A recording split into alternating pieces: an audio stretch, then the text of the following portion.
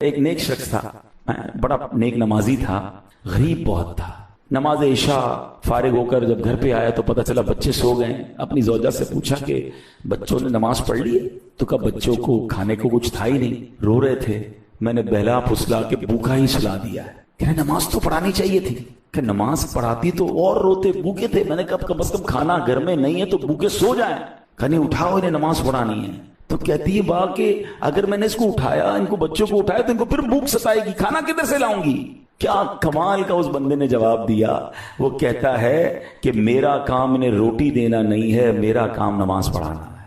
میرا کام میں کروں گا، جس کا کام رزق دینا ہے وہ اس کا کام ہے۔ ان کو اٹھاؤ، ان کو نماز پڑھاؤ، مجھ پر ذمہ داری ہے کہ میں بچوں کو نماز پڑھاؤں۔ بھوکے سوئے ہوئے بچوں کو جگایا گیا، نماز کے لیے بچوں کو کھڑا کیا، ابھی سلام نہیں پھیرا تھا، دروازے پر دستک ہوتی ہے، ایک شخص باہر کھانے کی ٹرے لے کر کھڑا ہوا ہے کہ آپ کے لیے کھانا بھیجا گیا ہے۔ بچے نماز کے بعد پیٹ بھر کر کھاتے ہیں۔ کاش یہ بات سمجھ آ جائے، رزق کا وعدہ رب کا ہے، مغفرت کی کوشش میں نے کرنی ہے، نماز میں نے پڑھنی ہے، اپنے بچوں کو پڑھانی ہے۔ ہم بچوں کو دنیا کی ساری تعلیمات دلواتے ہیں، میں نہیں کہتا دنیا کی تعلیم نہ دلائیں، اگر شریعت کے دائرے میں دلائیں، مگر اپنے بچوں کو دین بھی تو سکھائیں نا۔ ہم صرف دنیا میں اپنے بچوں کو پیسے کمانے کا طریقہ بتاتے ہیں، بھئی پیسے کمانا کا سکھاؤ گے، سخاوت کون سکھائے گا؟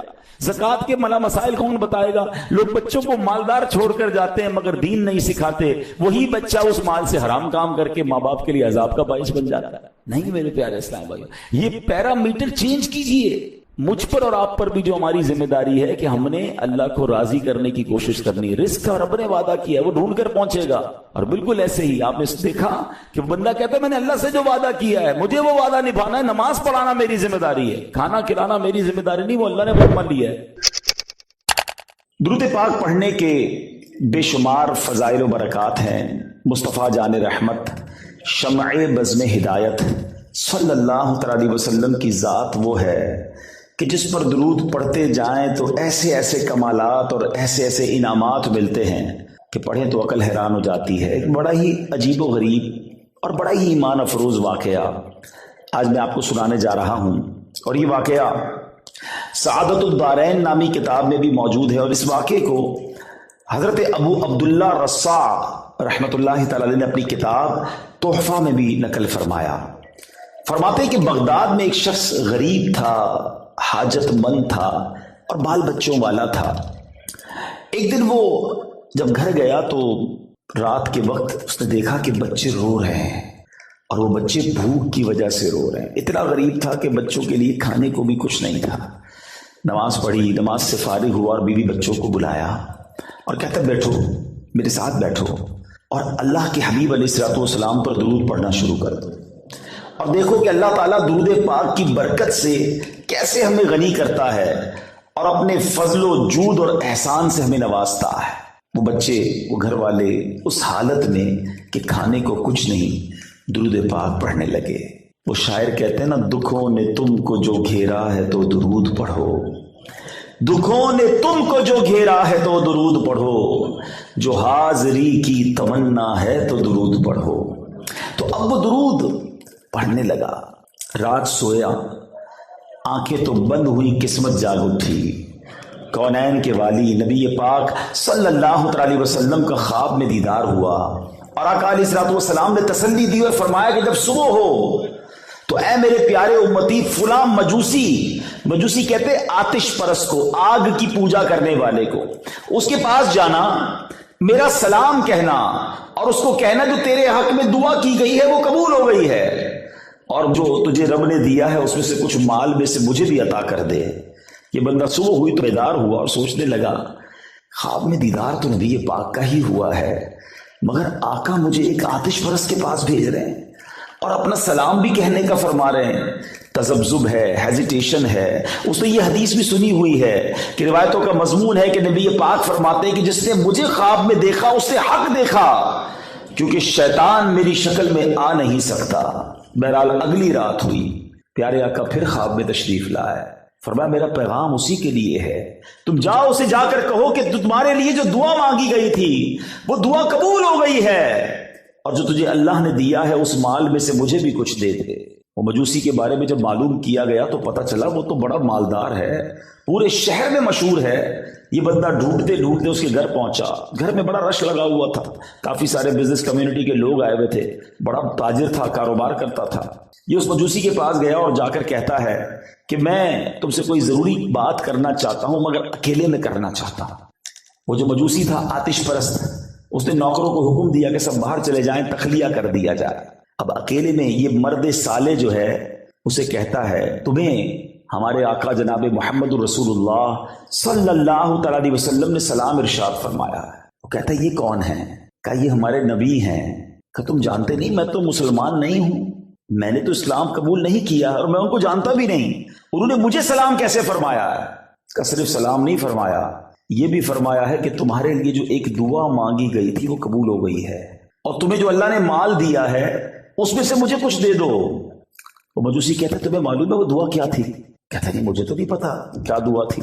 کہ چلو میرے ساتھ، ہاتھ پکڑ کر کمرے میں لے کر گیا اور اسی کے ہاتھ پکڑ کر کہتا ہے پہلے مجھے کلمہ پڑھاؤ، میں کلمہ پڑھ کر مسلمان ہونا چاہتا ہوں۔ رائٹ اوے اشہد ان لا الہ الا اللہ واشہد ان محمدن عبدہ ورسولہ، وہ کلمہ پڑھ کے مسلمان ہوا۔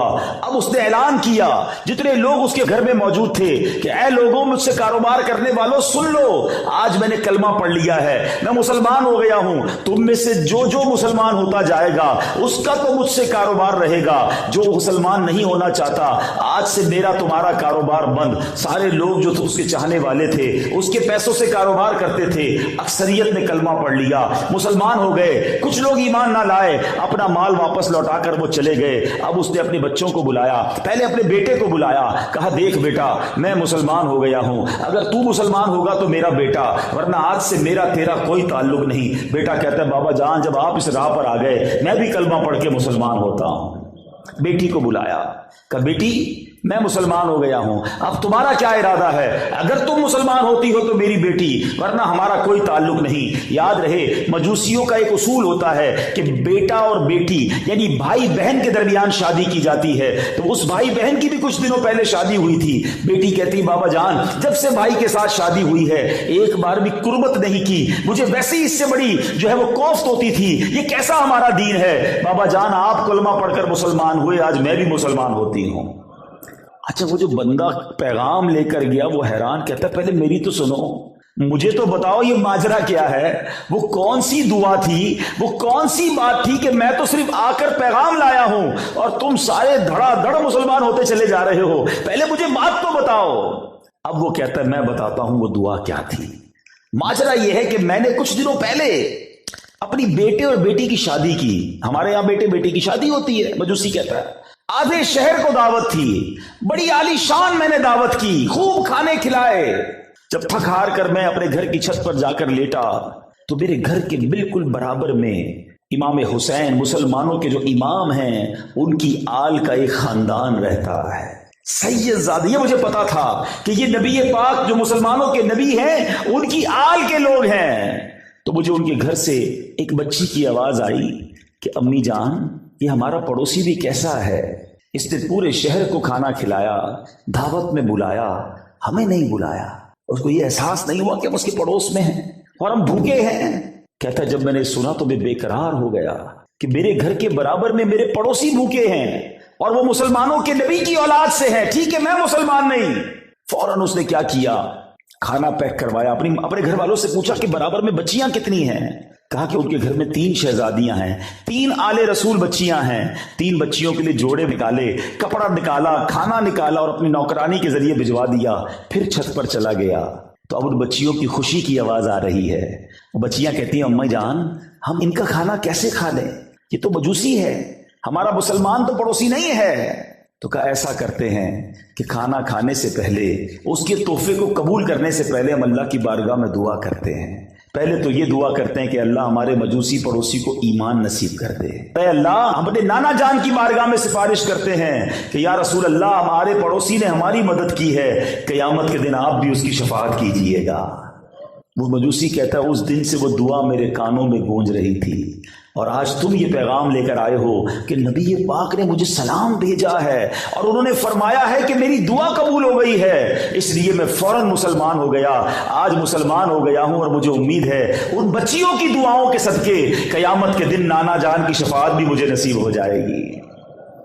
اے میرے میٹھے اسلامی بھائیوں، اس واقعے کو جو بزرگوں نے کتابوں میں نقل کیا، اس سے اتنی ساری باتیں سیکھنے کو مل رہی ہیں۔ فرسٹ آف آل، سب سے پہلے یہ سیکھنے کو ملتا ہے کہ مشکل ہے، پریشانی ہے، دکھ ہے، شکوہ نہیں کرتے تھے اللہ والے، کمپلین نہیں کرتے تھے، زباں پر شکوے رنجو علم لایا نہیں کرتے، زباں پر شکوے رنجو علم لایا نہیں کرتے، نبی کے نام لیوا غم سے گھبرایا نہیں کرتے۔ تو وہ حالانکہ نیک تھے مگر اللہ کی بارگاہ میں کمپلین نہیں تھی۔ حل کیا نکالا کہ چلو مل کر درود پڑھتے ہیں، اور یہ حل حدیثوں میں موجود ہے۔ نبی پاک صلی اللہ تعالی علیہ وسلم کا فرمان ہے، تم میں سے کوئی مسلمان کسی پریشانی میں اور مصیبت میں ہو، خلاصہ حدیث ہے، تو اسے چاہیے کہ کثرت سے درود پڑھے کہ درود پریشانیوں اور مصیبتوں کو لے جاتا ہے۔ اور کیسی مصیبت ٹلی، کیسا معاملہ حل ہوا؟ اچھا، آخر میں مجوسی اس شخص کو پتہ کیا کہتا ہے؟ کہتا تم نبی پاک کا پیغام لائے ہو، میں نے آدھی دولت اپنے بچوں کے نام کر دی تھی، آدھی اپنے پاس رکھی تھی، اب بچوں میں تو اسلام نے جدائی کر دی، اب یہ میاں بیوی نہیں رہ سکتے، اب سنو یہ آدھی دولت میں تمہیں دیتا ہوں، یہ اپنے لیے لے جاؤ، اللہ کی راہ میں لے جاؤ۔ غریب کھانے کو نہیں تھا، کروڑوں روپے اس زمانے کی گویا انہیں مل گئے۔ درود پاک پر بھروسہ تھا۔ ہمارا ایک اور پرابلم بھی ہے، ہم درود پڑھیں، وظیفہ کریں، دعا کریں، بھروسہ پھر بھی نہیں ہوتا۔ یاد رکھیے گا، جس کو یقین نہیں نا اس کا وظیفہ کام نہیں کرتا۔ پہلے بلیف تو لاؤ نا، پہلے یقین تو لاؤ۔ ہمارا حال یہ، ہم اللہ سے دعا مانگتے ہیں مگر دل کہہ رہا ہوتا ہے پتہ نہیں قبول ہوگی کہ نہیں ہوگی۔ علماء کہتے ہیں اس کی دعا قبول ہی نہیں ہونی ہے۔ جس کو رب پر ہی بھروسہ نہیں ہے، جس کو خالق پر بھروسہ نہیں ہے، وہ رب بھی اسے عطا نہیں فرماتا۔ اس بات کو اس طرح سمجھیے، یہ بلیف جو ہے نا، یقین، یہ کدھر پہنچاتا ہے بات کو؟ اصل بات دل کی ہوتی ہے۔ میں دو چھوٹے چھوٹے واقعات سناتا ہوں، پھر اپنے موضوع کی طرف آؤں گا، کیونکہ یہ بھی بڑا پرابلم ہے۔ ہم درود بھی پڑھیں، وظیفہ بھی پڑھیں، تعویذ بھی لیں، دعا بھی کریں، مگر دل مطمئن نہیں ہوتا، اور چونکہ دل پر یقین نہیں ہوتا تو اس کا فائدہ بھی نہیں ہوتا۔ ایک گاؤں میں بارش نہیں ہو رہی تھی، اور اب پورے گاؤں والے پریشان تھے، بہت عرصہ ہو گیا ایک قطرہ بارش کا نہیں پڑا۔ سارے گاؤں والوں نے مشورہ کیا کہ ایسا کرتے ہیں کہ سب مل کر نماز استسقاء پڑھتے ہیں اور دعا کرتے ہیں، اور یہ طریقہ بھی ہے۔ تو گاؤں والے ایک میدان میں جمع ہوئے، تو ایک نوجوان جو تھا نا، اس دعا میں شامل ہونے آیا، مگر ساتھ چھتری بھی لے کر آیا۔ تو لوگ اس کا مذاق اڑانے لگے، یار عرصہ ہو گیا ایک قطرہ بارش کا نہیں گرا ہے اور تم چھتری لے کر آئے ہو۔ اس نوجوان نے کمال کا جواب دیا، کہتے مانگنے کس سے آیا ہوں، وہی تو برسانے والا ہے، اور یقین ہے کہ آج وہ برسائے گا، میں اکیلا بھیگتا ہوا جاؤں گا۔ اور ایسا ہی ہوا، دعا جیسے ہی شروع ہوئی، موسلا دھار بارش ہوئی، سارا گاؤں بھیگتا ہوا گھر جا رہا ہے، نوجوان چھتری کے سائے میں جا رہا ہے۔ اگر آج بھی ہو ابراہیم سا ایمان پیدا، بات یہی پرابلم ہے کہ وہ بلیف اور وہ یقین ہی نہیں رہا نا۔ اگر آج بھی ہو ابراہیم سا ایمان پیدا، آگ کر سکتی ہے انداز گلستاں پیدا، آج بھی آگ گلزار بن سکتی ہے اگر وہ ایمان کی وہ رمق ہمارے دلوں میں آ جائے۔ اسی طرح یقین ہونا، ایک بوڑھی عورت تھی، کسی گاؤں میں رہتی تھی، رات کے اندھیرے میں ڈاکوؤں کا ایک قافلہ نکلا، بھوک لگی ان کو، انہوں نے بوڑھی کا دروازہ کھٹکھٹایا، کہا میں اماں جان کھانا کے لیے کچھ چاہیے۔ بوڑھی خاتون تھی، نظر بھی کم آتا تھا، کہا یہ تو لگتے بڑے نیک لوگ آ گئے ہیں، لگتا ہے اللہ والے میرے گھر میں کہا آئیے آئیے آئیے۔ گھر میں جو ہے وہ سب کو کھانا بھی کھلایا۔ بوڑھی خاتون ڈاکوؤں کے سردار کو کہتی ہے میرا ایک بچہ ہے، کافی دنوں سے بیمار ہے، آپ ذرا پانی پر دم کر دیں تو میں اپنے بچے کو پلا دوں۔ اب وہ ڈاکوؤں کا سردار کیا کہتا کہ میں تو جناب کوئی عالم نہیں، میں نیک آدمی نہیں، میں تو ڈاکو، کچھ بھی نہیں کہا اس نے دم کر دیا۔ وہ دم کر کے چلا گیا، مگر اس بوڑھی خاتون کا اللہ والوں پر یقین ایسا تھا۔ بیسیکلی تبرک کی ویلیو ہے نا، لوگ کہتے ہیں یہ تبرک اصلی ہے کہ نہیں ہے، ہمیں کیا پتا جناب یہ تبرک اصلی ہے کہ نہیں۔ ارے تبرک اصلی ہے کہ نہیں اس جھوٹ بولنے والے پر اس کا وبال ہے۔ تم جس عقیدت سے اس تبرک کے ساتھ برکت لے رہے ہو، اللہ وہ تمہیں برکت عطا فرما دے گا۔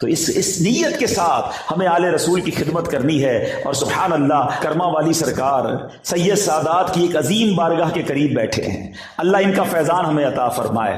میں اس سے پہلے کہ ان کے بارے میں کچھ بتاؤں، میں پہلے اپنے ان سے جو یوں سمجھیے کہ ایک روحانی کنیکشن یا محبت کا رشتہ ہے وہ میں بتانا چاہوں گا۔ میں نے آج کافی ان کے بارے میں پڑھا، معلومات لی۔ جب میں آج سے 20-25 سال پرانی بات کرتا ہوں، جب دعوت اسلامی کی اتنی ذمہ داریاں بھی نہیں تھی، تو ہمارا ہر سال کا ایک معمول تھا کہ ہم بابا فرید کے مزار پر عرس میں آتے تھے، وہ بہشتی دروازے سے گزرنے کے لیے۔ تو 2 یا 3 یا میرا خیال ہے 4 بار ایسا ضرور ہوا کہ جب ہم بہشتی دروازے سے گزرتے تھے تو رات کے 3 بج جاتے تھے، 4 بج جاتے تھے۔ اس کے بعد ہم داتا صاحب جاتے تھے، تو جو گاڑی میں بیٹھتے تھے کوسٹر وغیرہ میں یا بس میں، تو نارملی میں تو آج حیران ہو گیا اس علاقے کو دیکھ کر، اتنا آباد ہو گیا ہے۔ اگر آج سے 20-25 سال جو پرانے لوگ جانتے، پورا ایک خالی علاقہ تھا، کھیت ہر طرف ہوتے تھے، صرف ماشاءاللہ بیچ میں یہ خوبصورت گنبد اور یہ مزار نظر آتا تھا۔ تو گاڑی والے کو ہم کہتے ہیں اس مزار شریف پہ روکتے، ہم نے فجر پڑھنی ہے، تو ہم فجر پڑھتے، پھر کہتے کتنا پیارا نام ہے کرما والی سرکار۔ اچھا اس زمانے میں اتنی پنجابی بھی سمجھ نہیں آتی تھی، تو ہم یہ سمجھ یہ آتا تھا کہ کوئی بہت بڑا دربار ہے اور کرم کرنے والا دربار ہے۔ تو الحمدللہ کئی سالوں تک میری یہاں حاضری ہوتی رہی۔ آپ اتنی عظیم ہستی ہیں۔ اچھا آپ بھی سیدوں کی بات ہو رہی ہے تو سید سرکار سبحان اللہ، آپ کا سلسلہ نسب سادات اچ شریف حضرت جلال الدین سرخ بخاری رحمۃ اللہ تعالی علیہ سے جا کے ملتا ہے، اور آپ کے آباء و اجداد سندھ سے سرزمین پنجاب میں آئے اور مختلف اوقات میں مختلف مقامات پر سکونت اختیار کرتے رہے۔ آپ کے بزرگوار جد امجد 13ویں صدی ہجری کے شروع میں دریائے ستلج کے کنارے ضلع فیروز پور کی حدود میں آ کر آباد ہو گئے۔ آپ کے والد بزرگوار سید علی شاہ المعروف سید سکندر علی شاہ رحمۃ اللہ تعالی علیہ اپنی خاندانی وجاہت، نیکی اور پاک بازی کی وجہ سے علاقے کے لوگوں میں بڑی عزت کا مقام رکھتے تھے۔ 13ویں صدی ہجری کے آخری سالوں میں آپ نے یعنی کرما والی سرکار رحمت اللہ تعالی علیہ نے اس دنیا میں گویا جلوہ گری ہوئی۔ آپ موضوع کرمو والا ضلع فیروز پور میں پیدا ہوئے، سبحان اللہ، اور آپ کا سن ولادت کیا ہے؟ 1297 ہجری یا 1298 ہجری ہے، یعنی 1883 یا 1884 عیسوی میں آپ پیدا ہوئے، اور آپ کا نام سبحان اللہ سید محمد اسماعیل شاہ بخاری رحمت اللہ تعالی علیہ ہے۔ آپ بچپن ہی میں کھیل کود سے بچ کر عبادت الہی اور علم دین کی طرف آپ کی رغبت رہی، اور سبحان اللہ آپ کے مرشد کریم آپ سے کتنی محبت کرتے۔ آپ کے مرشد کا نام حضرت میاں شیر محمد شرک پور شریف میں رحمت اللہ تعالی علیہ ہیں، اور آپ جو ہے وہ اپنے مرشد کی بارگاہ میں جب حاضر ہوئے تو آپ کے مرشد کہتے ہیں کہ شاہ جی کچھ علم بھی پڑھا ہے؟ آپ نے عرض کی حضور پڑھا تو ہے لیکن کچھ سمجھ میں نہیں آیا۔ پیر صاحب کہتے ہیں اللہ کریم سمجھ بھی عطا فرما دے گا۔ اس پہلی ملاقات میں حضرت میاں صاحب نے نسبت نقشبندیہ آپ کو عطا فرمائی، پھر میاں صاحب نے فرمایا یہ فضل الہی ہے جسے چاہے عطا کرے، اللہ اکبر۔ پھر اس کے بعد حال یہ ہو گیا کہ جب کوئی آپ کے مرشد پاک کے پاس جاتا نا مرید بننے کے لیے تو آپ فرماتے کہ اتنا دور سے آنے کی کیا ضرورت ہے، وہاں کرما والے موجود ہیں، انہی کے پاس چلے جایا کرو۔ یعنی پیر کا اپنے مرید پر اعتماد دیکھو، اللہ اکبر۔ اتنی عظیم ہستی آج یہاں ہم ان کے قدموں میں موجود ہیں، اللہ پاک ان کا ہمیں فیضان نصیب فرمائے۔ تو بہرحال اللہ والوں کی شان بھی نرالی ہوتی ہے۔ وہ شاعر کہتے ہیں نا، چاہیں تو اشاروں سے اپنے کایا ہی پلٹ دیں دنیا کی، چاہیں تو اشاروں سے اپنے کایا ہی پلٹ دیں دنیا کی، یہ شان ہے ان کے غلاموں کی، سرکار کا عالم کیا ہوگا۔ اللہ والوں کی شان۔ اور حضرت کرما والی سرکار کے بارے میں آتا ہے، ہم نے جو پڑھا سنا، آج سے واقعات دوپہر سے میں سن رہا ہوں ان کے بارے میں، سبحان اللہ جتنا سنتے جا رہے ہیں اتنی محبت بڑھتی جا رہی ہے کہ آپ سنتوں کا بڑا درس دیا کرتے۔ آپ کے پاس کوئی آتا تھا اور مرید ہوتا تو آپ فرماتے عقل اور شکل دونوں سنتوں والی بنا لو، سبحان اللہ۔ دیکھیں یہ ہے اللہ والوں کا طریقہ کہ وہ فرماتے عقل بھی سنت والی ہو، شکل بھی سنت والی ہو۔ اللہ کرے کہ ہمارا چہرہ بھی، ہمارا سوچنا بھی، ہمارا چلنا پھرنا اٹھنا بیٹھنا سب نبی پاک کی سنت کے مطابق ہو جائے۔ تو بہرحال میرے بیٹے اسلامی بھائیوں، سید سادات کی خدمت کرنی ہے، اور ان تمام باتوں میں اصل بات پتہ کیا ہے؟ با ادب با نصیب، بے ادب بد نصیب۔ جو بے ادب ہوتا ہے نا وہ ہمیشہ برباد ہوتا ہے، اور حدیث پاک بھی ہے، اور یہ حدیث پاک ڈرنے کے لیے کافی ہے۔ نبی پاک علیہ الصلوۃ والسلام فرماتے ہیں، جس کا مضمون ہے جو اپنے چھوٹوں پر شفقت نہ کرے اور اپنے بڑوں کا ادب نہ کرے وہ ہم میں سے نہیں۔ اب جب نبی پاک جس کے بارے میں یہ فرماتے ہیں وہ ہم میں سے نہیں، پھر بچا کیا؟ آقا کے سوا کون ہے ہمارا؟ تو یہ ادب کتنا ضروری ہے اسلام میں کہ ہمیں اپنے بچوں پر شفقت کرنی ہے اور اپنے بڑوں کا ادب کرنا ہے۔ اب یہاں ایک اور پرابلم پتہ کیا ہو جاتا ہے، نوجوان بیٹھے ہیں، جب جوانی میں پیسہ آ جائے، جوانی میں شہرت مل جائے تو بندہ اب اپنے بزرگوں کو اگنور کرنے لگ جاتا ہے۔ اس کو سفید داڑھی والے سفید بالوں والوں کا ادب سمجھ نہیں آتا، وہ کہتے ہیں تو غریب آدمی میرا ملازم ہے۔ نہیں میرے بیچ اسلامی بھائی، چاہے غریب ہے، چاہے آپ کا ملازم ہے، چاہے کسان ہی کیوں نہ ہو، چاہے ٹھیلا لگانے والا ہو، اگر اس کے سفید بال ہو گئے تو اس کو والد کی طرح سمجھو، ان کو ادب اسی طرح آپ نے دینا ہے، کیونکہ ادب کرو گے تو اللہ اور ترقی دے گا، اللہ تمہاری عزتوں میں اور اضافہ فرمائے گا۔ ہمیشہ یاد رکھیں جو اپنے بڑوں کا ادب کرتا ہے بعد میں اس کے بچے بھی اس کا ادب کرتے ہیں۔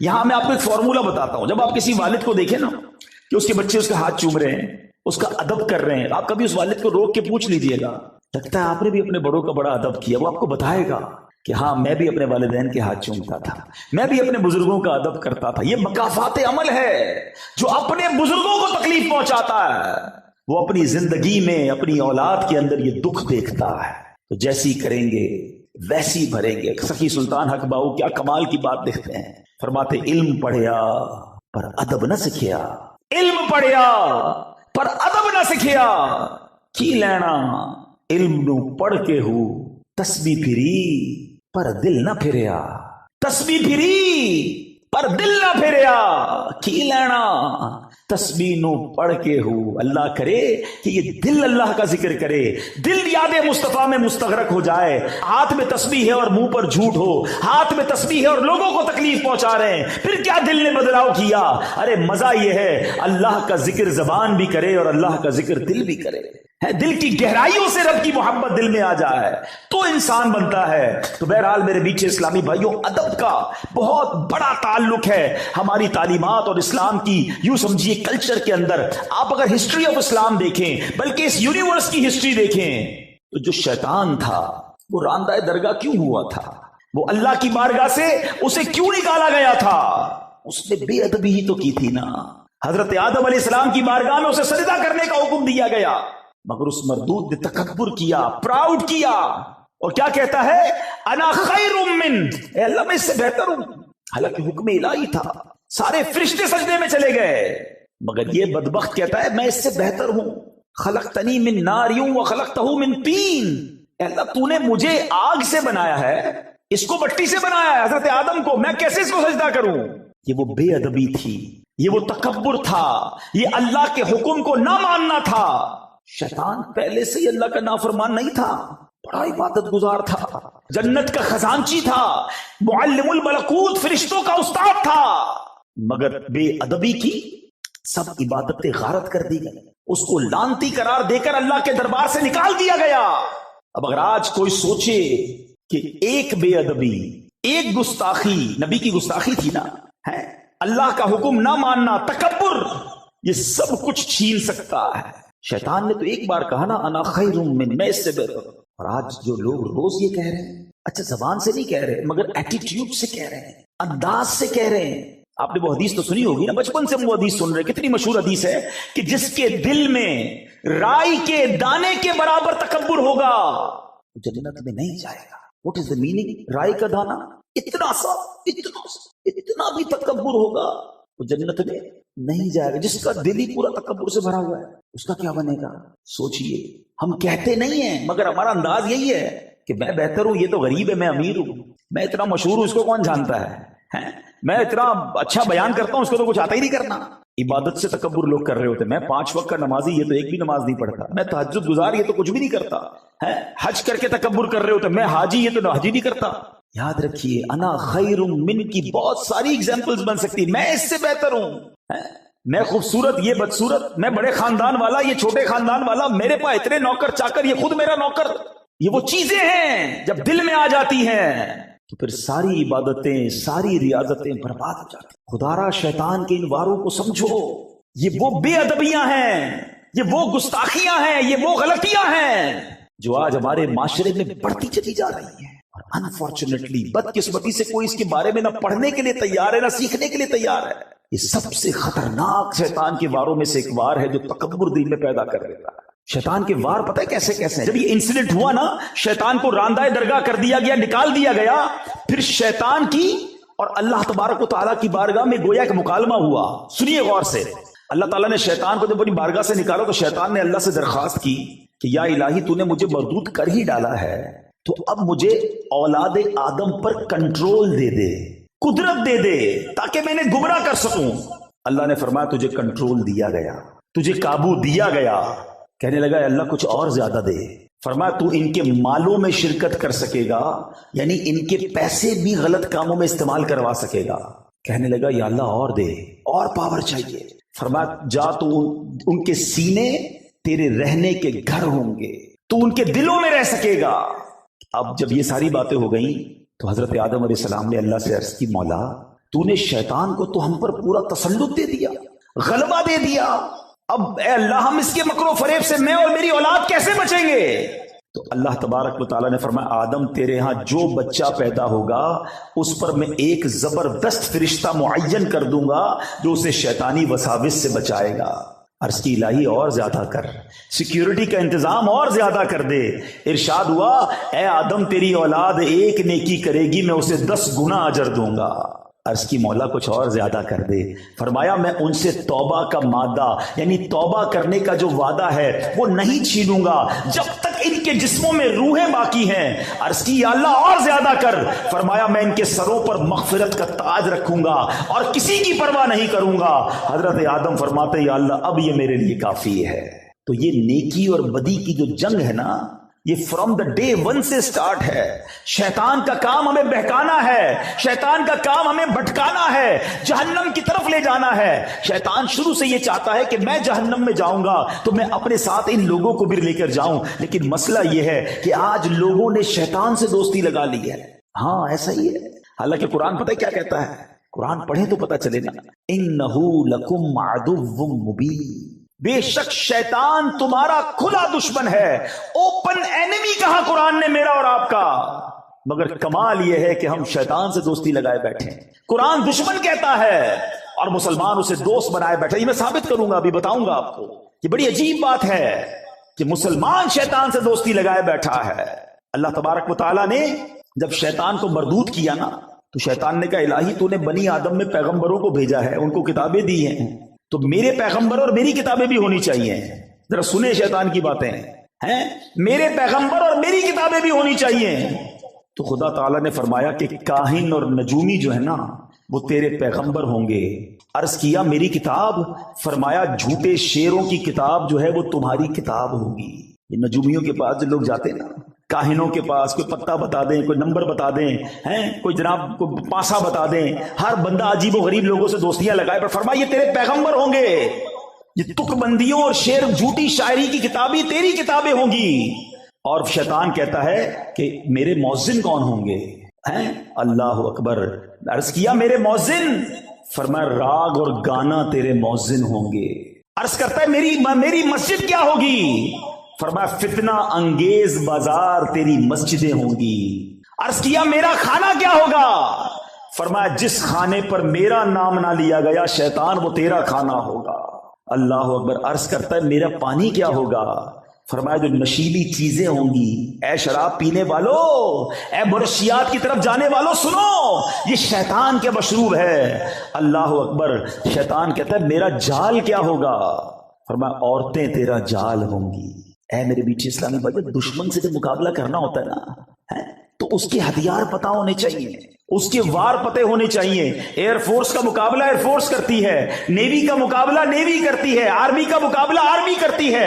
جیسا میزائل اس کے مقابلے میں ویسا بناتے ہیں یا اس سے مضبوط بناتے ہیں. ہمارا حال یہ ہے کہ اللہ قرآن میں فرما رہا ہے انہو لکم عدو مبین، شیطان تمہارا کھلا دشمن ہے، نہ اس کے وار پتہ ہے نہ اس کے ہتھیار پتہ ہے. میں آپ سے پوچھتا ہوں ہمارا سب سے پکا دوست جو ہوتا ہے اس کی ہم روز مانتے ہیں نا، ہر بات مانتے ہیں، کہتے ہیں یار حکم کرو یار آپ کے لیے جان حاضر ہے. پکے دوست کی نشانی یہ ہے، ٹھیک ہے، کہ جس کے لیے ہم کیا کہتے ہیں تمہیں منع نہیں کر سکتا یار، آپ کے لیے بس ہر چیز ہاں ہے. اب میں بتاتا ہوں کہ شیطان کی لوگ کتنی مانتے ہیں. سچی بات تو یہ شاید اپنے ماں باپ کی اتنی نہیں مانتے جتنی شیطان کی لوگ مان رہے ہیں. اور یہ بربادی ہے، یاد رکھنا. صبح ہوتی ہے، فجر کا وقت ہوتا ہے، مؤذن کہتا ہے حی علی الصلاۃ حی علی الفلاح، شیطان کہتا ہے سو جا، اگلے جمعے سے پڑھیں گے فجر، کروٹ بدل کر بلینکٹ اوڑھ لیا، صبح صبح کس کی مانی؟ بتاؤ نا، شیطان کی مانی۔ ٹھیک ہے، فجر قضا ہو گئی، اب اٹھے، لباس پہننے کی باری آئی، ایک دو لباس رکھے ہوتے ہیں جمعے کے لیے، باقی شیطان کہتا نہیں یہ تو جمعے کا لباس ہے، باقی یہ فیشن والا، یہ انگریزوں والا یہ پہننا ہے۔ لباس پہنتے وقت کس کی مانی؟ شیطان کی مانی۔ اب واش روم میں گئے، آقا کی سنت چہرے سے نوچ کر گندی نالی میں بہائی، کس کی مانی؟ شیطان کی۔ اب نکلے گھر سے باہر، چاہے اسکول کے لیے نکلے، چاہے کالج کے لیے نکلے، چاہے جاب کے لیے نکلے، چاہے بزنس کے لیے نکلے، جیسے ہی باہر نکلے اب کوئی بے پردہ عورت سامنے سے نکلی، شیطان کہتا ہے دیکھ دیکھ جلدی دیکھ، حالانکہ شریعت کا حکم ہے کہ نگاہوں کو نیچی کرو، بے حیائی نہ کرو۔ اس عورت کو دیکھا، بے پردگی کی، غلط نگاہوں سے دیکھا، کس کی مانی؟ شیطان کی۔ مارکیٹ میں پہنچے، کاروبار کی جگہ پر پہنچے، ظہر کی اذان کا وقت ہوا، کئی لوگ نماز کے لیے گئے، شیطان کہتا ہے تو بزنس کا ٹائم ہے، ارے بعد میں پڑھ لینا، ظہر قضا ہوئی، کس کی مانی؟ شیطان کی مانی۔ گاہک آیا، مال بیچنے کا موقع آیا، شیطان کہتا ہے جھوٹ بول زیادہ نفع ملے گا، ایک جھوٹی قسم بھی کھا لے، ارے اس کو بتا دے میرا پڑتا اتنے میں ہے، پکا رنگ ہے، made in China, made in Japan ہے، حالانکہ تم نے اپنے شہر میں بنایا ہے، ارے بول دے کچھ نہیں ہوتا۔ کس کی مانی؟ شیطان کی مانی۔ عصر کی اذان ہوئی، نماز قضا ہوئی، کس کی مانی؟ شیطان کی۔ تمہاری مغرب قضا ہوئی، کس کی مانی؟ شیطان کی۔ عشاء قضا ہوئی، کس کی مانی؟ شیطان کی۔ رات گھر میں آئے، ہاتھ میں ریموٹ لیا، اب ٹی وی آن کیا، کہیں فلمیں دیکھی، کہیں ناچ دیکھا، کہیں گانے سنے، بتاؤ کس کی مانی؟ شیطان کی۔ ارے شریعت تو کہتی ہے اللہ رسول کا نام لے کے سونا ہے، مگر موبائل ہاتھ میں ہے، کمرے کی لائٹیں بجھی ہوئی ہیں، آنکھیں حرام دیکھ رہی ہیں، وہ مناظر دیکھ رہی ہیں جو اللہ اور اس کے رسول کو ناراض کرنے والے ہیں، بتاؤ کس کی مانی؟ شیطان۔ ایک دن میں صبح سے شام تک ہم نے کتنی باتیں شیطان کی مانی۔ اللہ کہتا ہے یہ تمہارا کھلا دشمن ہے، یہ دشمنی ہے، یہ اپنے دل پر ہاتھ رکھ کے پوچھو، یہ دوستی لگائی ہوئی ہے۔ ارے مرد تو وہ ہوتا ہے، واقعی اللہ اور اس کے رسول کا بندہ وہ ہوتا ہے کہ جب مؤذن کہے حی علی الصلاۃ حی علی الفلاح، ٹھنڈی کی راتیں ہیں، وضو کے لیے پانی بھی گرم نہیں ہے، مگر بندہ بستر سے اٹھے کہے شیطان میں تیرا بندہ نہیں، میں رحمان کا بندہ ہوں، میں اللہ کا بندہ ہوں، اور جائے مسجد میں جا کر فجر پڑھے، جو صبح شیطان کو ہراتا ہے، جو دوپہر شیطان کو ہراتا ہے، جو عشاء میں شیطان کو ہراتا ہے، جو حرام روزی آتی ہے تو شیطان کو ہراتا ہے۔ یاد رکھنا میرے میٹھے اسلامی بھائیوں، ایک فائٹ ہونے والی ہے، ایک فائنل فائٹ ہونے والی ہے میری اور آپ کی شیطان سے، اور وہ ہوگی آخری لمحوں میں، جب زندگی کا آخری وقت ہوگا نا۔ روایتوں کا مضمون ہے شیطان بندے کے سامنے آتا ہے اس کے مرحوم رشتہ داروں کی شکل میں، کسی کی ماں کی شکل میں، کسی کے والد کی، کسی کی دادا نانی کی شکل میں، اور آ کر کہتا ہے بیٹا مرنے کے بعد پتا چلا اسلام صحیح مذہب نہیں ہے، تو عیسائی ہو جا، معاذ اللہ تو یہودی ہو جا، تو اسلام کو چھوڑ دے۔ جو روز شیطان کی مان رہا ہوگا، جو روز فائٹ میں ہار رہا ہے، بتاؤ وہ فائنل فائٹ میں کیسے جیتے گا؟ خدا نہ خواستہ اگر ادھر شیطان کی مان لی اور اس نے ایمان سنیچ کر لیا، ایمان چھین لیا، تو بنے گا کیا ہمارا؟ ساری نیکیاں اعمال تو بات کی بات ہے نا، حج عمرے زکوٰۃ نمازیں روزے یہ سب بعد میں، اگر ایمان سلامت لے کر نہ گئے تو کیا بنے گا؟ اور قربان اس شخص کی ہمت پر جو صبح و شام شیطان سے مقابلہ کر رہا ہے، جو روز نمازیں پڑھ رہا ہے، روز سنت پر عمل کر رہا ہے، شیطان بڑے وسوسے دلاتا ہے، وہ نہیں مانتا اس کی، انشاءاللہ وہ آخری وقت بھی شیطان کو کہے گا کہ میں تیری نہیں مانوں گا، اور لا الہ الا اللہ محمد الرسول اللہ کہہ کر دنیا سے چلا جائے گا۔ اب آپ نے طے کرنا ہے کہ زندگی شیطان کی دوستی میں گزارنی ہے یا اس مردود سے لڑنا ہے۔ یہ ویسے ہی نعرہ نہیں لگاتے ہمارے امیر اہل سنت، یہ دعوت اسلامی والوں کے جو نعرے ہوتے ہیں نا، اس کے پیچھے ایک پورا فینومینا ہوتا ہے، پوری ایک سمجھ لے کہ فلسفہ ہوتا ہے۔ کیا خوبصورت نعرہ ہے امیر اہل سنت کا کہ شیطان کے خلاف جنگ ایک بار نہیں لڑنی ہے، جاری رہے گی، کنٹینیو رہے گی ٹل دا اینڈ، اور یہ جنگ جیتنی ہے ہم نے۔ لیکن صرف نعرہ لگانے سے جنگ نہیں ہوتی نا۔ کبھی فوج کو دیکھا ہے کہ فلاں ملک کے خلاف جنگ جاری رہے گی اور اس کے بعد فوج رضائی اوڑھ کے سو جائے؟ فوج جاگتی ہے تو ہم سوتے ہیں۔ تو ہمیں بھی اگر واقعی اپنے ایمان کی حفاظت کرنی ہے، یہ بزرگوں کو ویسی فکر نہیں ہوتی تھی۔ سیدی غوث اعظم، اللہ اکبر، پیران پیر، پیر دستگیر، ولیوں کے سردار، آپ کہتے ہیں ایک بار عید کا دن تھا، فرماتے لوگ کہہ رہے ہیں آج عید کا دن ہے، عید کا دن ہے۔ عبد القادر کے لیے عید کا دن وہ ہوگا جب اپنا ایمان سلامت لے کر دنیا سے جائے گا۔ پیرانے پیر یہ کہہ رہے ہیں، اور ہم گناہ گاروں کو فکر ہی نہیں ہے۔ کبھی لوگ ملتے نا، کہتے حضور کاروبار میں برکت کی دعا کر دیں، بچے کے لیے دعا کر دیں، فلاں کام ہو جائے۔ بہت ہی کم ایسا ملتا ہے کہ کوئی کہے کہ ایمان کی حفاظت کی دعا کر دیں۔ کسی کو ٹینشن ہی نہیں۔ سوچئے یہ سب سے قیمتی چیزیں میرے اور آپ کے پاس۔ اور میں آپ کو صحیح بتاؤں، نبی پاک علیہ الصلوۃ والسلام کی دعائیں پڑھیں نا، ان میں بڑی مشہور دعا ہے، یا مقلب القلوب ثبت قلبی علی دینک، اے دلوں کو پھیرنے والے مجھے اپنے دین پر ثابت قدمی عطا فرما۔ اللہ کے نبی دعا کر رہے ہیں، یہ ہماری تعلیم کے لیے ہے نا۔ تو اے کاش ہمیں ایمان کی حفاظت کی فکر نصیب ہو جائے، خدا را شیطان کے واروں سے بچے۔ ہمیں ایسا ماحول اپنانا ہوگا، اتنا مردود ہے، اتنا مردود ہے کہ پہلے تو بچاتا یہ بندہ گناہ کرے، اب دیکھتا نا نیک آدمی ہے، شراب تو نہیں پیے گا، جوا تو نہیں کھیلے گا، بدکاری بھی نہیں کرے گا، اب اس کو کیسے بہکا ہے۔ سنو، شیطان کے وار سمجھو، جب یہ دیکھتا ہے نا کہ اس سے کوئی بڑا گناہ نہیں کرا سکتا، تو پھر وہ اس کی نیکیاں کم کروانا شروع کرتا ہے کہ چلو سنتیں چھڑوا دو، نفل تو چھڑواؤ نا، درود تو چھڑوا دو، تلاوت تو چھڑواؤ، کیونکہ یہ جو سنتیں نوافل ہوتے ہیں نا، یہ حصار ہے۔ ہمیشہ یاد رکھنا، پہلے نفل چھوٹتے ہیں، پھر سنتیں چھوٹتی ہیں، پھر واجبات چھوٹتے ہیں، پھر فرض چھوٹتا ہے۔ جو نفل کا پابند ہوگا نا، اس کا فرض پکا ہو گیا۔ یہ ہمیشہ یاد رکھو۔ لوگ آج کل باتیں پھیلا رہے ہیں، یار سنت ہی تو تھی، کیا ہوا چھوڑ دیا کوئی؟ ارے بھائی، سنت میرے فرض کا حصار تھا، اور سنت پر غلام عمل نہیں کرے گا تو کون عمل کرے گا بھائی؟ آقا کا امتی عمل نہیں کرے گا؟ آقا فرماتے فمن رغب عن سنتی فلیس منی، جو میری سنت پر عمل نہ کرے وہ ہم میں سے نہیں۔ اور ادھر لوگ مذاق اڑا رہے ہیں کہ سنت یہ چھوڑ دو۔ نہیں جناب، سنت کیسے چھوڑ دو؟ ہمیں سنت کو تھامنا ہے۔ نبی پاک کا وہ فرمان ہی کافی ہے کہ جس نے میری سنت سے محبت کی اس نے مجھ سے محبت کی، اور جس نے مجھ سے محبت کی وہ میرے ساتھ جنت میں جائے گا۔ جنت میں جانا ہے نا نبی پاک کے ساتھ، تو سنت کا راستہ ہی جنت کا راستہ ہے۔ تو سنت پر عمل کیجیے۔ اللہ سلامت رکھے دعوت اسلامی کے مدنی ماحول کو، جو پکڑ پکڑ کر ہمیں سنتوں پر عمل کراتے ہیں۔ شیطان کیسے نیکیاں کم کرواتا ہے، کتنا مردود ہے، اس کے وار سمجھو۔ حضرت امیر معاویہ رضی اللہ تعالیٰ عنہ، صحابی رسول، کاتب وحی، کیا کمال کا مرتبہ ہے، اور کتنا خوف خدا تھا آپ کا۔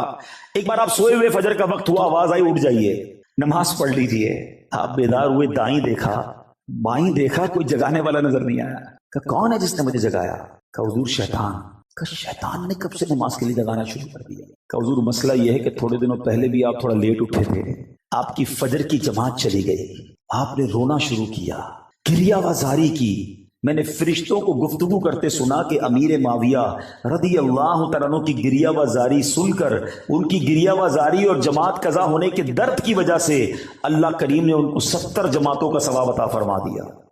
میں نے سوچا آج ٹائم پہ اٹھا دوں، آپ ایک ہی پڑھ لیں، اگر آپ کی وہ چلی گئی تو پھر آپ نے رونا ہے اور آپ کو 70 کا ثواب مل جانا ہے۔ اس واقعے سے سیکھنے کو کیا ملا؟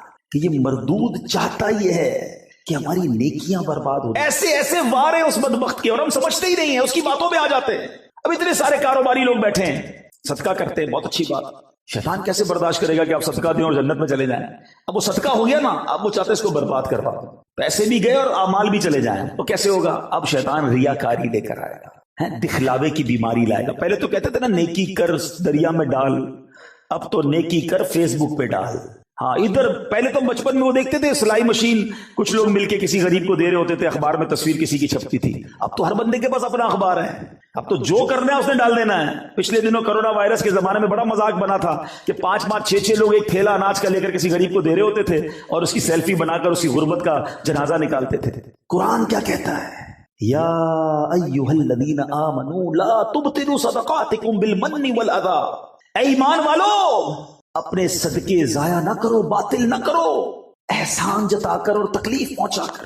اب صدقہ بھی دے رہے ہیں اور احسان بھی جتا رہے ہیں۔ یاد ہے نا، میں نے قرضہ دیا تھا، بھول تو نہیں گیا؟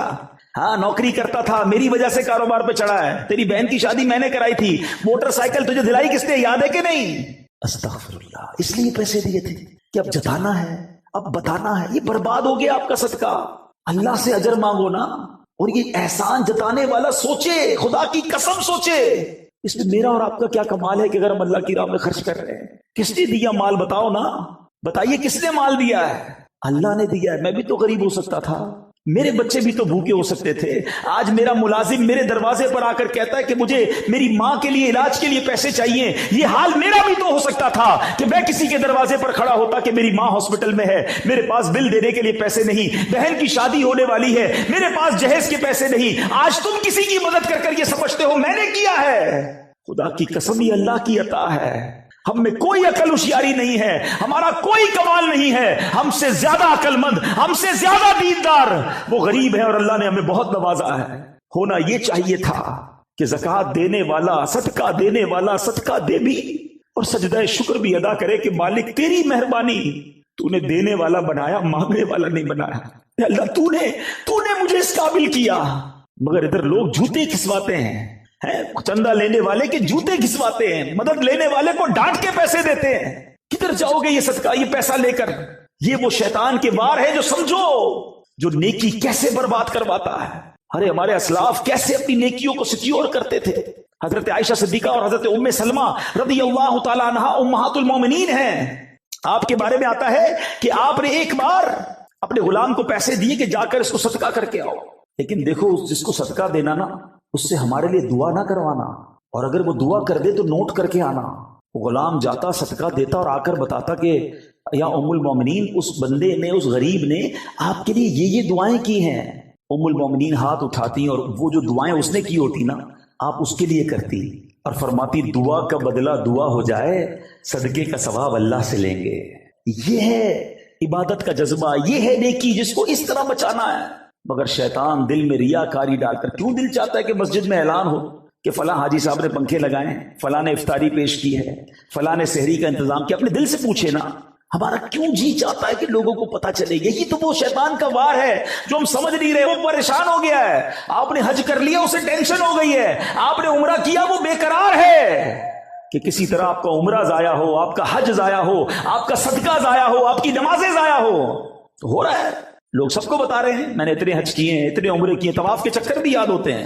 اچھا بزرگوں کے بارے میں آتا ہے کہ بندہ نیکی کر کے بھول جائے اور گناہ کر کے یاد رکھے. ہمارا ماجرا یہ ہے کہ ہم گناہ کر کے بھول بیٹھے اور نیکیاں ساری یاد رکھی. الحمدللہ رب العالمین والصلاة والسلام علی خاتم النبیین, اما بعد فاعوذ باللہ من الشیطان الرجیم, بسم اللہ الرحمن الرحیم. پڑھیے الصلاة والسلام علیک یا رسول اللہ وعلی آلک واصحابک یا حبیب اللہ. الصلاة والسلام علیک یا نبی اللہ وعلی آلک واصحابک یا نور اللہ. درود پاک پڑھنے کے بے شمار فضائل و برکات ہیں. بڑی مشہور حدیث ہے, اللہ کے نبی علیہ الصلوۃ والسلام فرماتے ہیں کہ جو جمعہ کے دن 200 بار درود پاک پڑھے اللہ اس کے 200 برس کے گناہ معاف فرما دیتا ہے. تو یہ ہمیں غور کرنا ہے اور ہمیں جمعے کے دن کثرت سے درود پاک پڑھنا ہے. آئیے مل کر محبت کے ساتھ باواز بلند درود پاک پڑھ لیں. صلو علی الحبیب صلی اللہ تعالی علی محمد صلی اللہ علیہ وسلم. قرآن پاک کی وہ آیتیں جس میں رب کریم نے مومنوں سے براہ راست بات کی ہے, مسلمانوں سے براہ راست بات کی ہے اور فرمایا یا ایھا الذین آمنو, اے ایمان والو.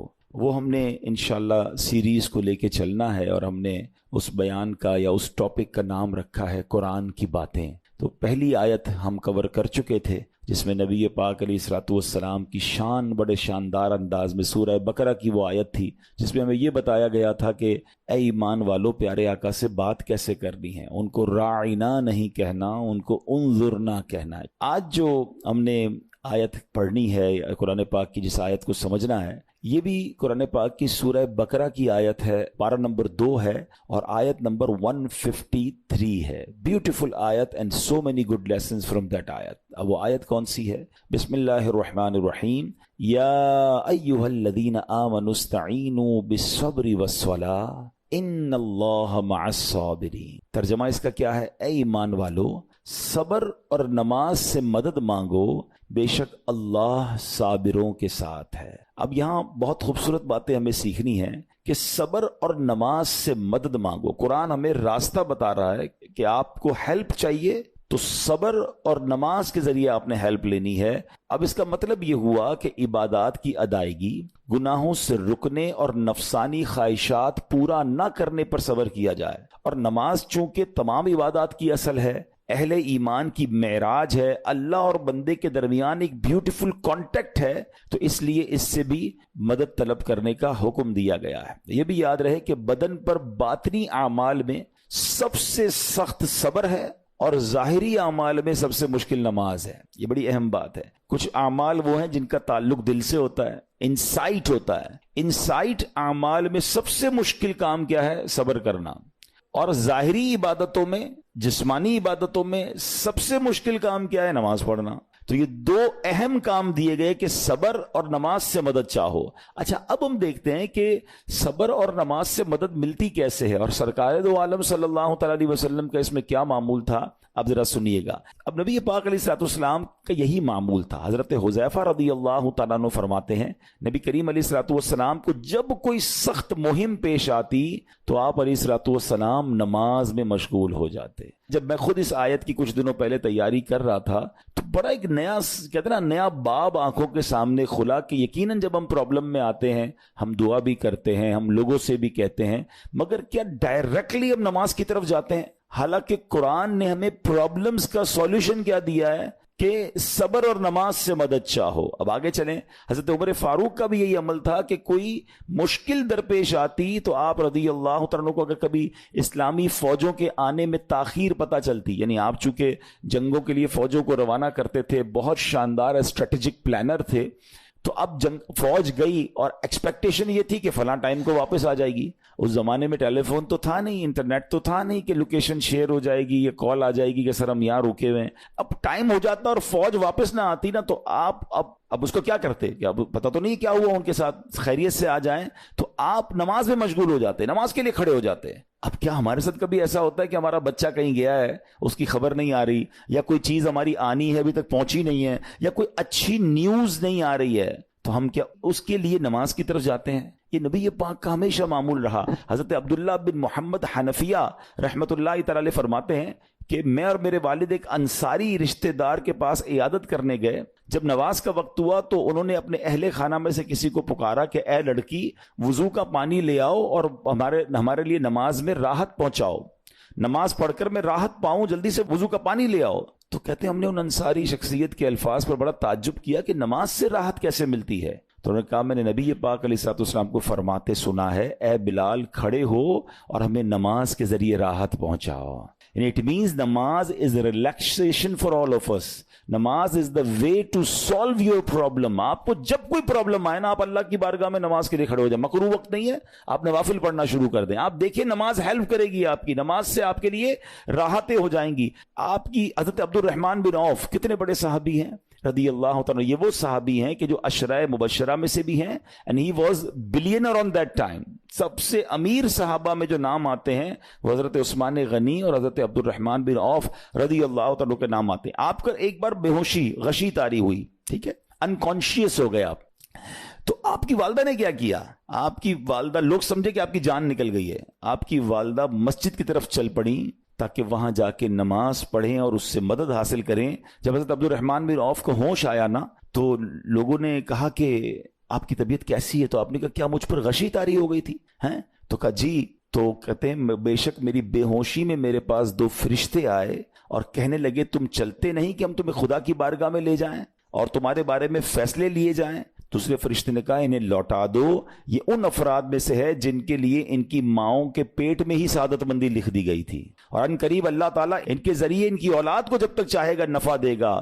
اس کے بعد آپ رضی اللہ تعالیٰ ایک مہینہ مزید زندہ رہے، اس کے بعد انتقال ہوا۔ تو پتہ چلا کہ آپ کی والدہ نے نماز پڑھی، اللہ سے مدد مانگی اور آپ کو اللہ نے ایک نئی زندگی عطا فرمائی۔ تو آپ اپنی زندگی میں اس پریکٹس کو آج اس آیت سے دیکھیں، ہم نے کرنا کیا ہے؟ ہم جب بیان میں آئیں تو صرف بیان نہیں سننا ہے، ہم نے اللہ نے مجھے کہا کیا ہے، ہم اس ٹاپک کو لے کے اسی لیے چل رہے ہیں نا کہ میرے رب نے ڈائریکٹلی مجھ سے کیا بات کی ہے۔ تو آج اس آیت میں یہ لیسن مل رہا ہے کہ جب کسی پرابلم میں ہیں، کلیمٹی میں ہیں، تو اللہ کی طرف جانا ہے اور نماز سے مدد چاہنی ہے۔ وَاسْتَعِينُوا بِالصَّبْرِ وَالصَّلَاةِ۔ اچھا اب آپ دیکھیں پیارے آقا کی نماز کی کیسی عادت تھی۔ بادل گرجتے تھے، آندھی چلتی تھی، ہے کسی بری خبر کی اطلاع آ رہی ہوتی تھی، نبی پاک نماز کی طرف چلے جاتے. اچھا آپ مجھے بتائیں نماز استسقاء کیا ہے؟ بارش نہیں ہو رہی ہے، پیارے آقا نماز پڑھا رہے ہیں. سورج گہن ہو رہا ہے، نبی پاک نماز پڑھا رہے ہیں. چاند گہن ہو رہا ہے، پیارے آقا نماز کی طرف. یعنی کس قدر اللہ کی طرف رجوع ہے. And whenever anything bad happen یا گوئنگ ٹو بیڈ ہیپن، ہونے والی لگ رہی ہے، کچھ بڑا ہونے والا ہے، ہمیں بھی تو خبریں آ رہی ہوتی ہے نا کہ بھائی کل بہت شدید بارش ہوگی، اللہ نہ کرے کوئی اور بری خبر ایکسپیکٹیشن ہے، آپ کو کاروبار میں کوئی ایسی خبر آنے کا ڈر ہے، یا آپ کی کوئی شپمنٹ جاری ہے، واٹ ایور آپ چاہتے ہیں ہر چیز بہتر ہو جائے. قرآن نے فارمولا دیا نا، وَاسْتَعِينُوا بِالصَّبْرِ وَالصَّلَاةِ، اللہ نے ڈائریکٹلی مجھے اور آپ کو کہا ہے. تو from now on words make your practice کہ میں نے انشاءاللہ نماز سے مدد لینی ہے. اور آپ اپنی آنکھوں سے دیکھیں گے اور آپ اللہ سے عرض بھی کریں کہ اللہ تو نہیں قرآن میں کہا ہے مدد لے، میں نے کھڑا ہو گیا نماز کے لیے. تو نماز سے آپ نے مدد لینی ہے. اچھا اب اس کے بعد آیت کا جو سیکنڈ پارٹ ہے کہ صبر سے بھی مدد لینی ہے. اور آگے کیا فرمایا؟ ان اللہ مع الصابرین، اللہ صابروں کے ساتھ ہے. سبحان اللہ.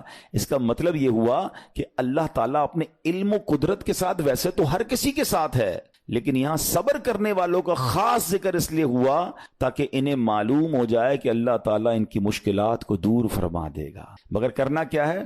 صبر کرنا ہے. اچھا اب صبر کے بارے میں دو باتیں بڑی اہم ہیں کہ صبر نارملی ہم جب بھی صبر کے بارے میں سنتے ہیں تو صبر ہم کہتے ہیں یار تکلیف آئی ہے صبر کرو، یقیناً یہ بھی صبر ہے، مگر صبر کی ایک اور قسم بھی ہے جو اس سے بھی سپیریئر ہے، جو اس سے بھی افضل ہے. اور وہ کیا ہے؟ گناہ کے لیے دل چاہے، حرام کے لیے دل چاہے، نفسانی خواہشات برا کام کروانا چاہ رہی ہیں اور بندہ اس پر صبر کرے. یہ صبر جو ہے نا یہ شریعت کو اور محمود ہے اور بڑا افضل ہے کہ انسان کو جی چاہے کہ فلاں گناہ کرنا ہے مگر وہ اس پر صبر کرے. اور دوسرا صبر وہی ہے جو ہم جانتے ہیں کہ کوئی مصیبت آ جائے، کوئی آفت آ جائے، کوئی ہمارا اللہ نہ کرے کسی سے لڑائی ہو جائے، ہمیں کوئی برا بھلا کہے، ہم اسے معاف کر دیں، صبر کریں. یا جسمانی تکلیف ہے، کاروبار میں پرابلم ہے، ہم اللہ کی رضا پر راضی رہیں. تو یہ دو قسم کے صبر ہیں. اور جب کوئی بندہ صبر کرتا ہے نا تو قرآن و حدیث اور بزرگان دین کے اقوال سے میں اب اس کو اس کے 10 فائدے بتانا چاہتا ہوں. میں کہتا جاؤں گا، آپ اللہ کے ذکر کی نیت سے سبحان اللہ بھی کہتے رہیں، جنت میں درخت بھی لگاتے رہیں. ٹھیک ہے؟ اللہ تعالیٰ صبر کرنے والوں کے ساتھ ہے. صبر کرنے والے کو اس کے عمل سے اچھا اجر ملے گا، صبر کرنے والے کو بے حساب اجر ملے گا. صبر کرنے والوں کی جزا دیکھ کر قیامت کے لوگ حسرت کریں گے. صبر کرنے والے رب کریم کی طرف سے درود و ہدایت اور رحمت پاتے ہیں. صبر کرنے والے اللہ کو محبوب ہیں. صبر آدھا ایمان ہے. صبر جنت کے خزانوں میں سے ایک خزانہ ہے. صبر کرنے والے کی خطائیں مٹا دی جاتی ہیں اور صبر ہر بھلائی کی کنجی ہے. اب آتے ہیں ان دونوں صبر کو تھوڑا سا ڈیفائن کرتے ہیں. ایک نفسانی خواہشات، گناہ کا جی چاہتا ہے، کیونکہ نفس ہے نا وہ تو ہر وقت موج مستی چاہتا ہے، وہ تو ہر وقت چاہتا ہے جناب بس یہ بھی کام کر لوں وہ بھی کر لوں. اب مجھے یہ دیکھنا ہے کہ میرا یہ کام اللہ کو راضی کرے گا یا رب کو ناراض کر دے گا. لیکن جو نفسانی خواہشات پر صبر کرتا ہے نا، گناہ سے اپنے آپ کو بچاتا ہے. قرآن کیا کہتا ہے؟ وَأَمَّا مَنْ خَافَ مَقَامَ رَبِّهِ وَنَهَى النَّفْسَ عَنِ الْهَوَىٰ فَإِنَّ الْجَنَّةَ هِيَ الْمَأْوَىٰ. اور رہا وہ جو اپنے رب کے حضور کھڑے ہونے سے ڈرا اور نفس کو خواہش سے روکا تو بے شک جنت ہی اس کا ٹھکانہ ہے. دل چاہ رہا ہے، شیطان کہہ رہا ہے کر لے، کوئی دیکھنے والا نہیں ہے، علاقہ بھی چینج کر لیا، شہر بھی تبدیل ہو گیا، nobody here to watch you، مگر اللہ دیکھ رہا ہے. اچھا نارملی اگر غور کریں ہم گناہ کرتے کیوں ہیں؟ جتنے بھی گناہ ہے، what ever the list of گناہ اٹھائیے، کوئی شراب پیتا ہے، کوئی بدکاری کرتا ہے معاذ اللہ، کوئی جوا کھیلتا ہے، کوئی جناب بے حیائی کرتا ہے، گندی چیزیں دیکھتا ہے یا جھوٹ بولتا ہے، واٹ ایور. ان تمام گناہوں میں تھوڑی سی لذت ہے، ٹیسٹ. ٹھیک ہے؟ غیبت میں بھی ٹیسٹ ہے، بلکہ کتابوں میں آیا کہ غیبت میں شراب سے بھی زیادہ مزہ ہے، جبھی تو بندہ چھوڑتا نہیں ہے. اچھا لیکن یہ تمام ٹیسٹ میں ایک بڑی اہم بات اب میں کہنے جا رہا ہوں. یہ بزرگ نے بڑی کمال کی ایک ون لائنر ہمیں دے دیا ہے. وہ کہتے ہیں کبھی بھی لذت کے لیے گناہ مت کرنا، کیونکہ لذت ختم ہو جائے گی، گناہ کا جواب اور پنشمنٹ باقی رہ جائے گی. اب آپ اس فارمولے کو سامنے رکھیں کہ جب بھی ہم گناہ کرتے ہیں فیو منٹس یا فیو آورز کی ایک انجوائمنٹ ہے، آفٹر دیٹ انجوائمنٹ ختم، مگر اس کا جواب باقی ہے، عذاب باقی ہے، اللہ نہ کرے اللہ ناراض ہوا تو پنشمنٹ باقی ہے. تو کیا فرمایا؟ انجوائمنٹ کے لیے گناہ مت کرنا، انجوائمنٹ ختم ہو جائے گی، عذاب باقی رہ جائے گا. اور اگلا سینٹنس کتنا خوبصورت ہے، فرماتے کبھی بھی تکلیف کی وجہ سے نیکی مت چھوڑنا. تکلیف ختم ہو جائے گی، اجر باقی رہ جائے گا. اب مثال دیتا ہوں، اس کی 2-3 ایگزامپل سمجھیے. گناہ کی ایگزامپل تو آپ سمجھ گئے کہ کوئی بھی تھوڑی دیر کا گناہ کرتا ہے، لذت پاتا ہے، وہ گناہ ختم، عذاب باقی.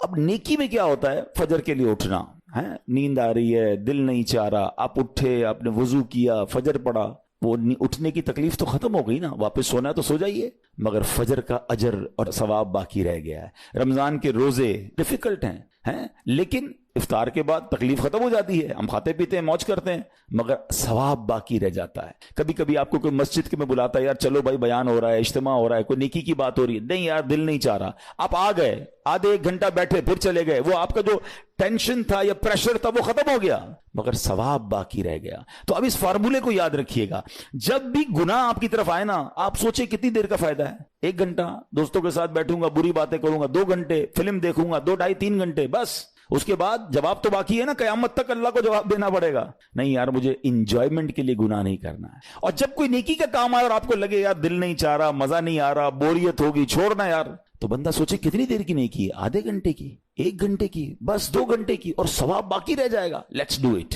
اگر یہ بات سمجھ آ گئی نا آپ کو تو انشاءاللہ دیکھیے گا گناہ سے بچنا اور نیکیاں کرنا آسان ہو جائے گا. تو اب کیا فرمایا قرآن نے کہ جس نے اپنے نفس کو روکا، کیا خوبصورت آیت ہے، وَأَمَّا مَنْ خَافَ مَقَامَ رَبِّهِ وَنَهَى النَّفْسَ عَنِ الْهَوَىٰ، اور رہا وہ جو اپنے رب کے حضور کھڑے ہونے سے ڈرا اور نفس کو خواہش سے روکا، تو بے شک جنت ہی اس کا ٹھکانہ ہے. اور ایک اور جگہ کمال سے فرمایا وَلِمَنْ خَافَ مَقَامَ رَبِّهِ جَنَّتَانِ، مبارک ہو ان کو جو اللہ سے ڈرتے ہیں نا، صبر کرتے ہیں، گناہ نہیں کرتے، رک جاتے ہیں. قرآن کہتا ہے جو اپنے رب کے حضور کھڑے ہونے سے ڈرے اس کے لیے 2 جنتیں ہیں، 1 نہیں 2 جنتیں ہیں. سورہ رحمان کی آیت ہے.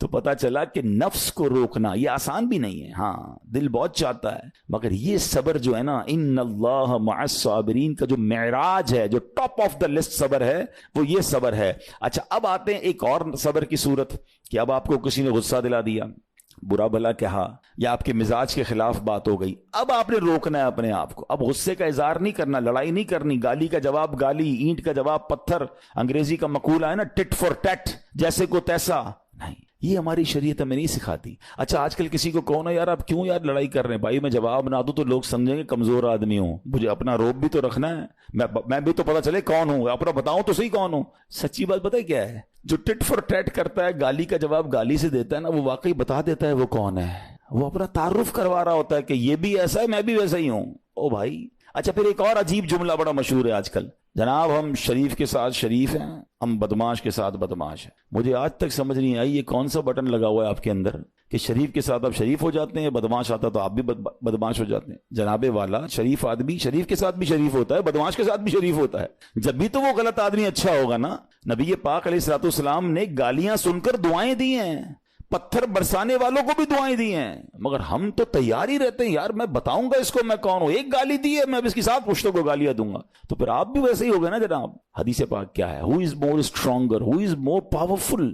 اللہ کے حبیب علیہ الصلوۃ والسلام فرماتے ہیں کہ بہادر وہ نہیں، یہ بخاری شریف کی حدیث ہے، بہادر وہ نہیں جو پہلوان اور دوسرے کو پچھاڑ دے، بلکہ بہادر وہ ہے جو غصے کے وقت اپنے آپ کو قابو میں رکھے. اصل بہادری یہ ہے. تو اگر آپ نے واقعی صبر سے مدد لینی ہے، ان اللہ مع الصابرین کا مجدہ لینا ہے، تو بدلے نہیں لینا ہے، معاف کرنا ہے. ذرا مل کر میرے ساتھ شب قدر کی دعا دہرائیے گا. اللہم انک عفو کریم تحب العفو فاعف عنی. اللہم انک عفو کریم تحب العفو فاعف عنی. اللہم انک عفو کریم تحب العفو فاعف عنی. What is the meaning؟ اس دعا کا معنی کیا ہے؟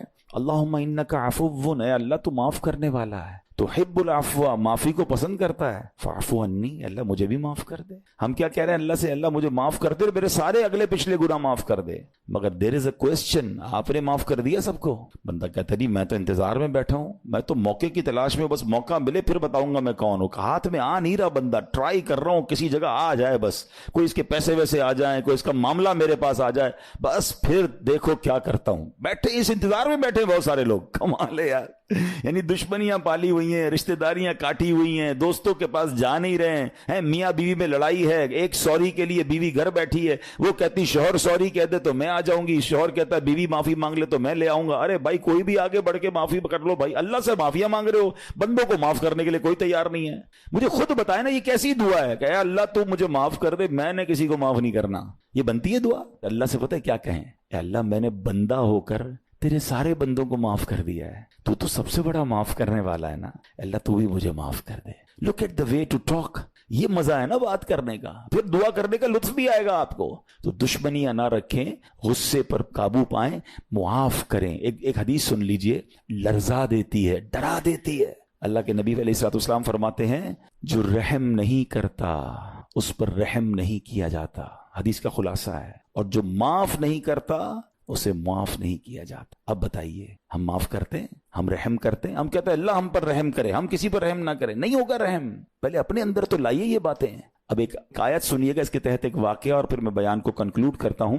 اللہ کریم ارشاد فرماتا ہے الذین ينفقون فی السراء والضراء والکاظمین الغیظ والعافین عن الناس واللہ یحب المحسنین۔ قرآن میں رب فرماتا ہے وہ جو خوشحالی اور تنگ دستی میں اللہ کی راہ میں خرچ کرتے ہیں۔ یہ بڑی خوبصورت بات ہے، یہ غریب اسلامی بھائیوں کے لیے بھی مدنی پھول ہے۔ امیر تو خرچ کرتا ہے نارملی، غریب خرچ نہیں کرتا اللہ کی راہ میں۔ ہمارے قبلہ مفتی قاسم صاحب نے تفسیر قرآن صراط الجنان میں ایک بڑی پیاری بات لکھی۔ آپ کہتے ہیں پوری دنیا کے امیروں کا سروے کر لینا، ان کی جو پیسے بڑھنے کی ایک وجہ یہ بھی ہوتی ہے کہ وہ کہیں نہ کہیں چیریٹی کر رہے ہوتے ہیں، مدد کر رہے ہوتے ہیں، وہ مدد اور وہ نیکی ان کے پیسے بڑھا رہی ہوتی ہے۔ اور پوری دنیا کے غریبوں کا سروے کریں تو ان میں سے بڑی تعداد وہ جو خرچ ہی نہیں کرتی اللہ کی راہ میں۔ کہتے ہیں ہم کیا خرچ کریں، ہم تو غریب ہیں، ہم پر لوگ خرچ کریں۔ میں آپ کو فارمولہ دے رہا ہوں اور یہ قرآن سے دے رہا ہوں۔ جو تنگی میں بھی اللہ کی راہ میں خرچ کرتے ہیں، جو خوشحالی میں بھی خرچ کرتے ہیں۔ آپ تنگی میں آپ روپیہ خرچ کریں، یہ نہیں کہتے آپ 10,000 روپے خرچ کریں، جتنی آپ کی حیثیت۔ یہ کاروبار ہے، آپ 1 روپیہ دیں گے اور آئے گا، آپ 10 روپے دیں گے اور آپ کسی نہ کسی نیکی کے کام میں خرچ کرتے رہیں، آپ غربت سے باہر آ جائیں گے۔ If you want to take out yourself from that problem، آپ آئیں اللہ کی راہ میں خرچ کرنا شروع کریں۔ قرآن کہہ رہا ہے کہ جو تنگی اور خوشحالی میں اللہ کی راہ میں خرچ کرتے ہیں۔ اور اگلا پارٹ کتنا خوبصورت ہے، فرمایا والکاظمین الغیظ والعافین عن الناس، فرمایا اور غصہ پینے والے اور لوگوں سے درگزر کرنے والے۔ انعام کیا ہے؟ واللہ یحب المحسنین، اور اللہ نیک لوگوں سے محبت فرماتا ہے۔ اور پھر ہاں زندگی میں کلیمٹیز، پرابلم، بیماریاں، مشکلیں، قرآن خود کہتا ہے کہ من قریب تمہیں آزمائیں گے، کبھی بیماری آئے گی، کبھی بھوک آئے گی، کبھی مال کم ہو جائیں گے، کبھی ڈسٹربنس آئے گی، خوف آ جائے گا، تو بی ریڈی فار دیٹ، صبر کرنا ہے، کیونکہ اللہ نے فرمایا وبشر الصابرین، صبر کرنے والوں کے لیے خوشخبری ہے۔ تو اللہ کرے کہ یہ بات ہمیں سمجھ آ جائے اور ہم اس آیت پر عمل کرنے والے بن جائیں تو زندگی بڑی آسان ہو جائے گی۔ یہاں ایک میں عقیدے کی بات بھی کلیریفائی کر دوں، کچھ لوگوں کو بعض اوقات کنفیوژن ہوتی ہے یا لوگ کنفیوژن کریٹ کرتے ہیں۔ مجھے ایک بات بتائیے گا کہ اللہ کیا کہہ رہا ہے؟ وَاسْتَعِينُوا بِالصَّبْرِ وَالصَّلَاةِ، اے ایمان والو صبر سے اور نماز سے مدد چاہو۔ کیا صبر اور نماز خدا ہیں؟ بتائیے، نہیں ہے نا، اللہ تو نہیں ہے۔ ہم صبر اور نماز کی عبادت تو نہیں کرتے۔ تو جب قرآن کہہ رہا ہے کہ صبر اور نماز سے مدد مانگو، تو غیر اللہ سے مدد مانگنے کا درس تو ہمیں قرآن دے رہا ہے۔ تو اس کا مطلب یہ ہوا کہ اللہ کے سوا کسی چیز سے یا کسی شخصیت سے مدد لینے کا مقصد یہ نہیں ہوتا کہ ہم اس کی عبادت کر رہے ہیں۔ اگر آج کے دور میں کوئی اللہ کے نبی سے کہتا ہے کہ یا رسول اللہ انظر حالنا، یا بھر دو جولی میری یا رسول اللہ، تو یہاں کوئی شرک کی بات نہیں ہے۔ کیوں کہ یہاں یہ نیت نہیں ہے کہ ہم ان کو خدا مان رہے ہیں، یا یہ بھی نیت نہیں ہے۔ ایک بات، ایک عقیدہ کلیئر کر دیتا ہوں، پوری دنیا میں عاشقان رسول کا یہی عقیدہ ہے کہ کوئی نبی، کوئی صحابی، کوئی ولی اپنی طرف سے کسی کو کچھ نہیں دے سکتا، وہ سب رب کے محتاج ہیں۔ اللہ کسی کا محتاج نہیں ہے، جو اللہ کا ہے وہ اس کا اپنا ہے۔ ہاں اللہ نے اپنے مخصوص بندوں کو کچھ عطائیں کی ہوئی ہیں، کچھ پاورز دیے ہوئے ہیں، وہ اللہ کی عطا سے اگر کسی کو تقسیم کرتے ہیں تو اس میں کوئی پرابلم نہیں ہے۔ قرآن کہہ رہا ہے اے ایمان والو صبر اور نماز سے مدد چاہو۔ یہاں ایک اور بات سمجھنی ہے، دنیاوی طور پہ بھی کیا ہوتا ہے کہ آپ کسی باس ہوتا ہے اپنے کسی مینیجر کو پاور آف اٹارنی دے دیتا ہے کہ یہ تمہارے پاس اس پراپرٹی کا پاور ہے، تمہارے پاس فلاں چیز کا